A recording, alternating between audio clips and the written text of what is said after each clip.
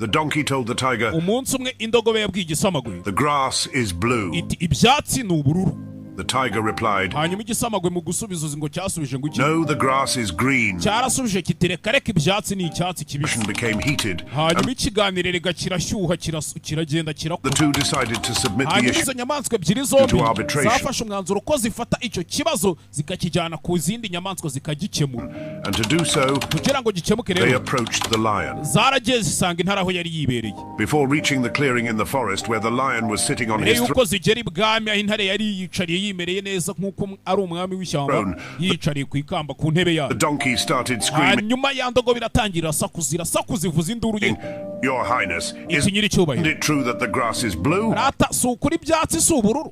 The lion replied, true, the grass cyane rwose ibyatsi ni ubururu. intare niko yasubije iki, yasubije ya ndogobe, is blue. ibyatsi ni ubururu pe. The donkey rushed forward and continued, hanyuma indogobe irangije ihita yongera yigira imbere the mo tiger gakeya, disagrees with me and iti nyiricyubahiro, ni ukuri kw'Imana kiriya gisamago cyamburanyije contradicts me and annoys gikomeza kinsakuriza kimburanya kinjya mu matwi Please, kimvuza ship. ndakwinginze gihane. The king then declared, hanyuma umwami arangije aca iteka aravuga ati tiger will be punished with 5 years of kiriya silence. gisamago gihanishije imyaka 5 kitavuga gicecetse. Jumped with joy and went hanyuma ya ndogobe igenda isimbuka yirukanka yiciraho irigendera, repeating, the grass is blue. igenda isakuza iti cyane rwose ibyatsi ni ubururu, ubundi se we wamburanyaga mu biki. Tiger accepted his punishment, nta kindi cyabaye, igisamago kirituriza cyemera igihano bari bagihaye cy'imyaka 5 kitavuga. but he asked the lion, your ariko mbere yuko kijya guceceka kiravuga ati kiti nyiricyubahiro, why have you punished me after all the grass is green? kubera icyo umannye nyuma y'ibindi byose kandi nawe ubizi ko ibyatsi ari icyatsi.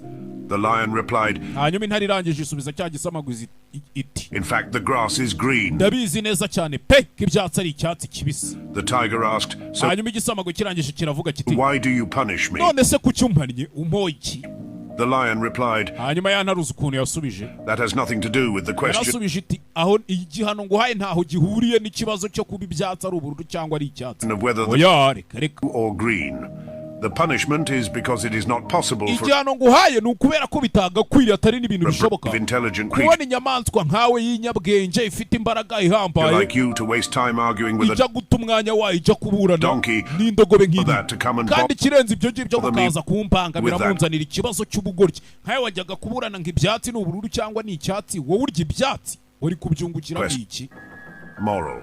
rero ikintu ugomba kwigira muri iyi The nkuru, worst waste of time is muri yuko uta igihe cyawe arguing with the fool and ujya kuburana n'abantu b'ibigoryi, fanatic ba bantu bari aho babura n'ibyo who batazi, doesn't care about truth ba or bantu baba batitaye ku kuri uko kuri cyangwa ngo bite ku bintu bya nyabyo ngo ni ibiki, but only the victory of his beliefs ahubwo and bo bitaye ku kuba batsinda bakakumvisha ibyo bashakaga kukumvisha, Keep bakwereka ibihari n'ibidahari. following us for rero icyo nagusaba nta kindi, your daily growth. following kano